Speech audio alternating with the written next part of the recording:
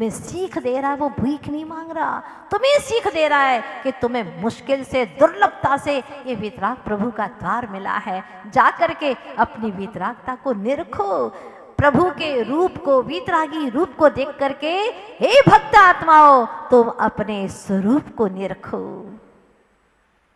स्वरूप को निरखो। जिन दर्शन से निज दर्शन हो जाए बस, तो जिन दर्शन सार्थक हो जाए। जिन दर्शन करे और जिन निज दर्शन न हो तो जिन दर्शन की सार्थकता क्या है। दुनिया की ही मांग में पड़ा रहा, उपयोग में वही दुनिया दिखाई दे रही है, प्रभु का स्वरूप तो दिखाई नहीं दे रहा है। इसीलिए कम से कम प्रभु के पास में जाकर के 24 घंटे में 24 मिनट के लिए कम से कम प्रभु का स्वरूप का दर्शन कर। जो तुझे बनना है उनको तू निरख तो सही, क्या बनना है तुझे। डॉक्टर बनना है तो डॉक्टर के पास में जाकर के देखते हैं क्या क्या करते हैं, कैसे करते हैं, सब कुछ सीखना पड़ता है। जो बनना है उनके पास में जाना ज़रूरी है, शांत मन से निरखना ज़रूरी है। अगर भगवान होने का भाव तेरे अंदर जागा है तो भगवान को निरख।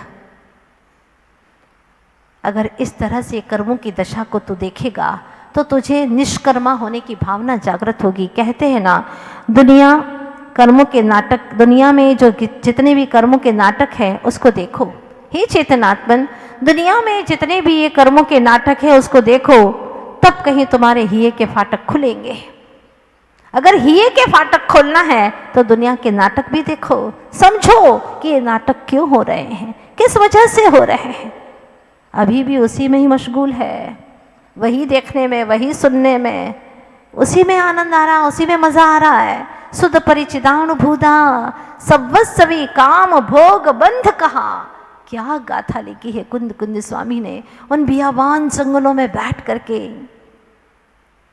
क्योंकि वो जानते हैं ये आत्मा भी भटकी हुई है, अनंत काल से भटकी हुई आत्मा है। तब कहीं दुर्लभता से भावलिंगत्व शुद्धोपयोग दशा प्राप्त हुई कुंद कुंद स्वामी को। और वो कहते हैं काम और भोग के बंध की कथा। 5 इंद्रियां है ना, 2 इंद्रियां कामेंद्रिय हैं, स्पर्शन इंद्रिय और रसना इंद्रिय, इनको कामेंद्रिय कहा है। इससे कामनाएं पोषित करता है वहाँ। और 3 इंद्रियां हैं, घ्राण, चक्षु और कर्ण। ये 3 इंद्रियां भोग इंद्रियां हैं, काम और भोग। काम उत्पन्न होता है, भोगता रहता है इनके माध्यम से। इस तरह से ये 5 इंद्रियों को काम और भोग इंद्रियां कहा गया है। इसके माध्यम से निरंतर बंध की कथाएं, बंध का संबंध, पर द्रव्य का संबंध चल रहा है। अच्छा बताओ, कोई समय ऐसा है तुम्हारे 24 घंटे का जिसमें आपने पर का संबंध न किया हो? बोलो, नहीं।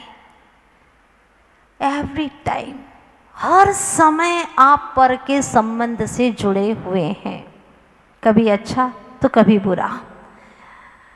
हिमालय के शिखर पर चले जाए या सागर के तल तक पहुंच जाए, ऊपर तक पहुंच जाए, नीचे तक पहुंच जाए, अरे 100 खंड के महल में रहे या 2 करोड़ की गाड़ी में घूमे, अच्छे मित्रों की संगति में रहे या दुर्जनों की गोष्ठी में रहे, कोलाहल तो रहेगा ही रहेगा। चाहे पुण्य का समागम हो, चाहे पाप का समागम हो, कोलाहल तो रहेगा। तो कहां पर है जहां पर कोलाहल है? कोरा, मात्र हल ही हल है। ऐसा कौन सा स्थान है जहां पर कोलाहल नहीं है, कोलाहल है? तो हमारे ऋषि मनुष्यों ने समझा, जाना, और महल में माहल, इसमें हल नहीं है, माँ यानी नहीं है, हल है ही नहीं यहाँ पर।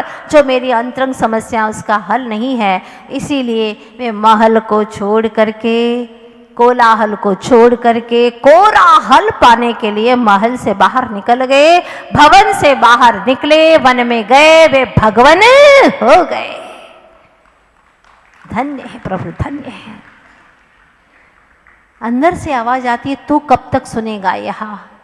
सुध परिचित अनुभूता कब तक अनुभव करेगा? कब तक पर द्रव्यों के साथ में संबंध करके अनुभव करता रहेगा?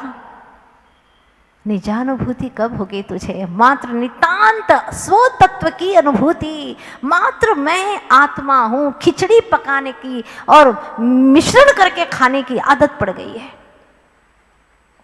हाँ, सब्जी खाते हो? हाँ, हम कोरी सब्जी खाते। कहाँ खाते हो? आज तक नहीं खाई तुमने कोरी सब्जी, कहाँ खाते हो?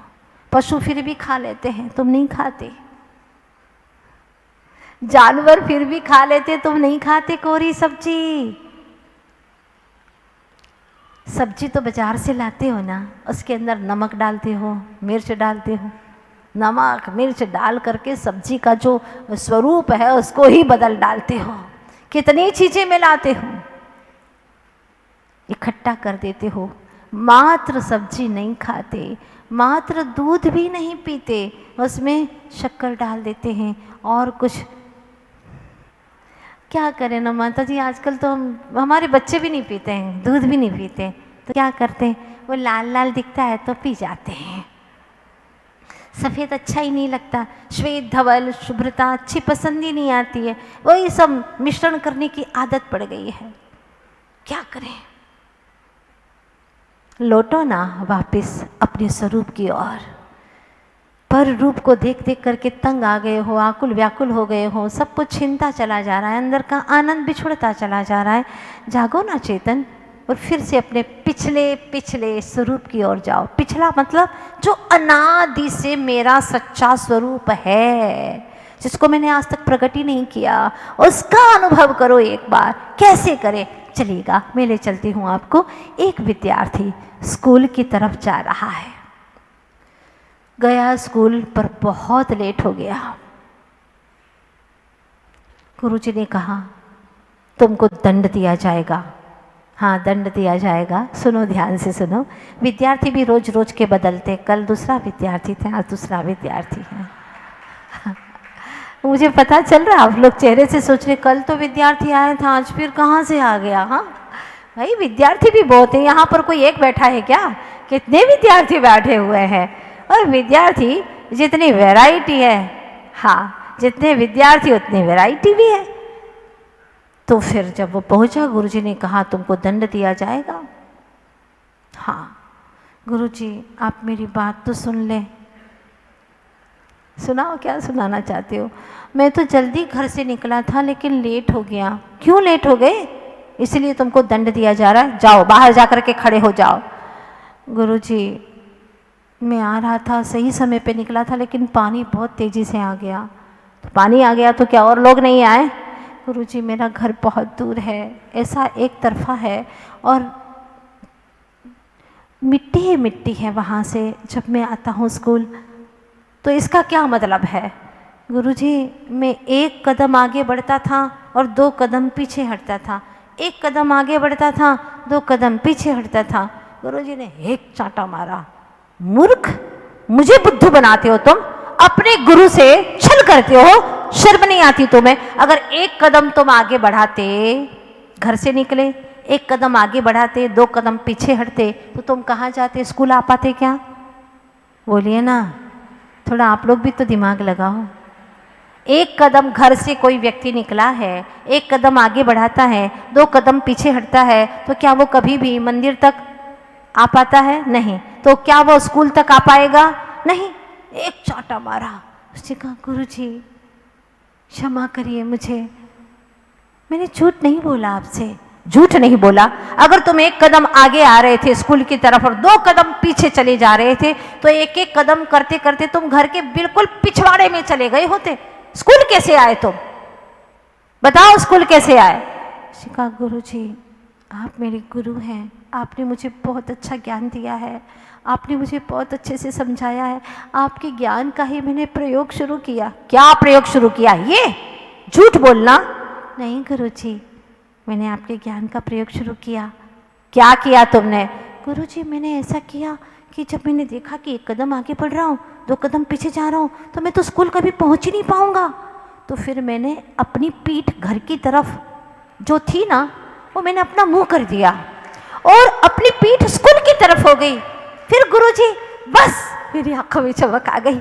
1 कदम आगे बढ़ता, 2 कदम पीछे, 1 कदम घर की ओर, 2 कदम स्कूल की ओर, ऐसे एक कदम करके करके मैं स्कूल तक आया हूँ। शाबाश बेटा, शाबाश शाबाश, बहुत अच्छा बहुत अच्छा। बात आज आपको समझ में आई कि नहीं आई? हाँ, बात समझने की है। आचार्य भगवान कहते हैं, जहाँ दिठो तहाँ पिट्ठो, जहाँ पिट्ठो तहाँ दिट्ठो, यही मोक्ष को चिट्ठो। धन अनेव अधिकार वधता, शू वध्यु ये तो कहो। पूछो अपनी चेतना से। धन बढ़ा, लक्ष्मी बढ़ी, अधिकार बढ़ गए, प्रसिद्धि बढ़ी, पर तेरा क्या बढ़ा? तेरे आत्म प्रदेशों में क्या बढ़ा? शक्तियां बढ़ी? तेरी आत्म शक्तियां बढ़ी क्या उससे? नहीं, कुछ नहीं। घबराहट बढ़ी, भय बढ़ा, दुश्मनियां बढ़ी। जितना धन बढ़ा उतने दुश्मन बढ़ गए, उतना भयाक्रांत हो गया, आकुलताएं बढ़ने लगी, तेरी आत्मा की शक्तियां घटने लगी। सोच, अकेले में जाकर के विचार कर। ओह, लक्ष्मी बढ़ी, अधिकार भी, पर क्या बढ़ा यह बोलिए। लक्ष्मी बढ़ी, अधिकार भी, पर क्या बढ़ा यह बोलिए। परिवार और कुटुंब है क्या, वृद्धि नए पर तोलिए। नए से तोलिए आप, क्या वृद्धि हुई तुम्हारे भीतर में? कुछ नहीं, खोखला होता जा रहा है और अंत में रोते रोते यहाँ से चल देता है। क्या जिंदगी का सत्य है ये, देखिएगा। सत्य को समझने का प्रयास करो। और कल यहाँ पर कुंद कुंद महाराज बताने वाले हैं, जिस एकत्व तत्व की, एकत्व विभक्त आत्म तत्व की कथा तुम सुनना चाहते हो, हे भव्य आत्माओं, वो इतनी सुलभ नहीं है। एयत्तस्य उवलंबो नवरी ना सुलहो विहतस।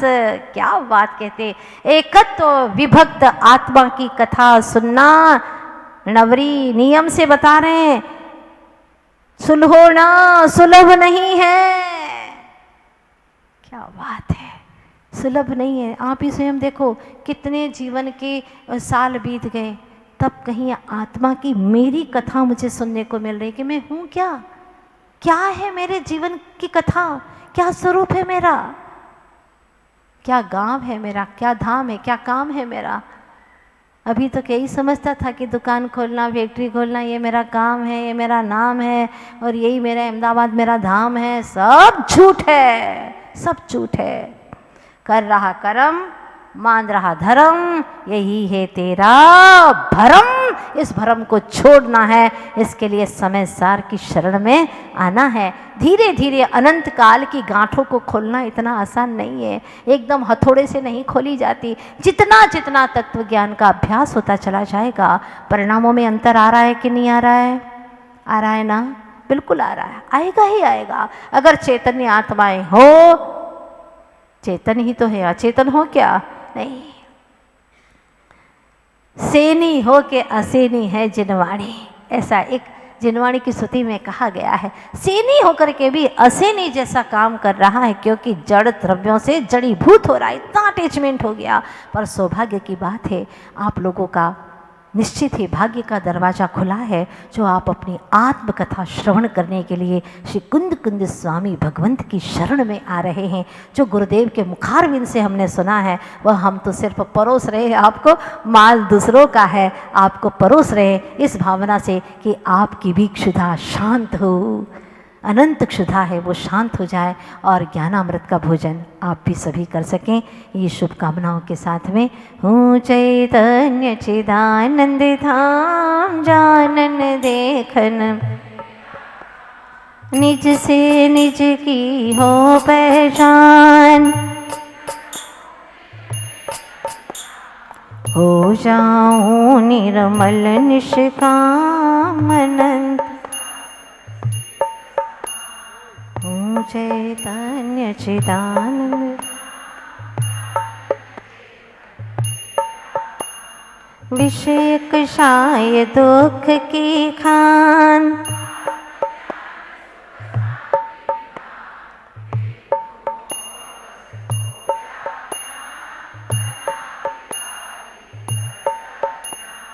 ओ चैतन्य चिदानंद धाम निज को करता निज को पर का करता किया नहीं निज का कल्याण रहते नित व्याकुल परिणाम। ओ चैतन्य चिदानंद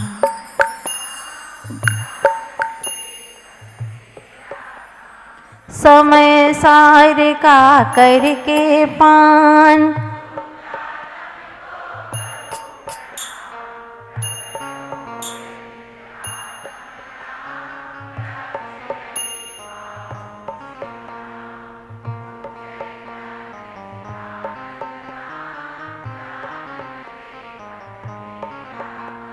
निश्चय नय से हूँ भगवान कहे गुरु तू स्वयं महान।